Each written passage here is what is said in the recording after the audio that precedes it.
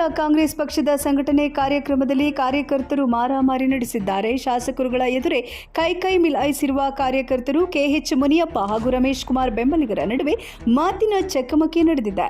ಇನ್ನು ಕೋಲಾರ ನಗರದ ಹೊರವಲಯದ ನಂದಿನಿ ಪ್ಯಾಲೇಸ್ನಲ್ಲಿ ಸಮಾವೇಶ ನಡೀತಾ ಇತ್ತು. ಸಮಾವೇಶದ ಆರಂಭಕ್ಕೂ ಮೊದಲೇ ಗಲಾಟೆ ಶುರುವಾಗಿದೆ. ಕಾಂಗ್ರೆಸ್ ಪಕ್ಷದ ವಿರುದ್ಧ ಕೆಲಸ ಮಾಡಿದವರನ್ನ ವೇದಿಕೆ ಮೇಲೆ ಯಾಕೆ ಕೂರಿಸಿದ್ದೀರಿ ಅಂತ ಗಲಾಟೆ ಶುರುವಾಗಿದೆ. ಕಾಂಗ್ರೆಸ್ ಜಿಲ್ಲಾಧ್ಯಕ್ಷ ಲಕ್ಷ್ಮೀನಾರಾಯಣ್ ಮೇಲೆ ಕೈ ಮಾಡಿ ಸಭೆಯಿಂದ ಹೊರತಳ್ಳಿದ ಕೆಲ ಕಾರ್ಯಕರ್ತರು.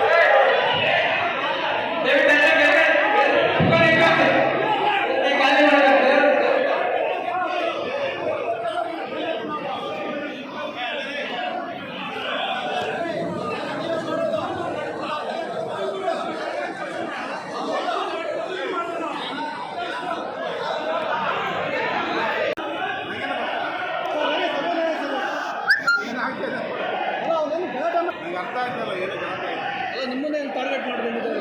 ಏನು ಸರ್ ಉದ್ದೇಶ? ನನ್ನ ಕೆಲಸ ನಾನು ಮಾಡ್ತಾ ಇರೋದು. ಅಲ್ಲ, ಲೋಕಸಭೆ ಚುನಾವಣೆಯಲ್ಲಿ ಪಕ್ಷದ ವಿರುದ್ಧ ಕೆಲಸ ಮಾಡಿದ್ರೆ ಅಂತ ಹೇಳ್ತಿದ್ದಾರೆ ಅವರೆಲ್ಲ.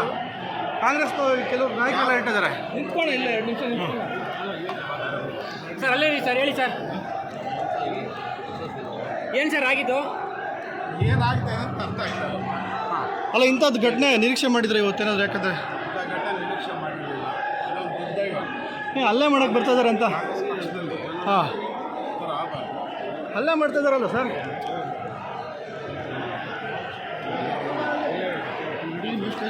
ಇದೊಂದು ದುರ್ದೈವ. ಹಲ್ಲೆ ಮಾಡೋಕ್ಕೆ ಬರ್ತಾ ಇದ್ದಾರೆ ಅಂತ.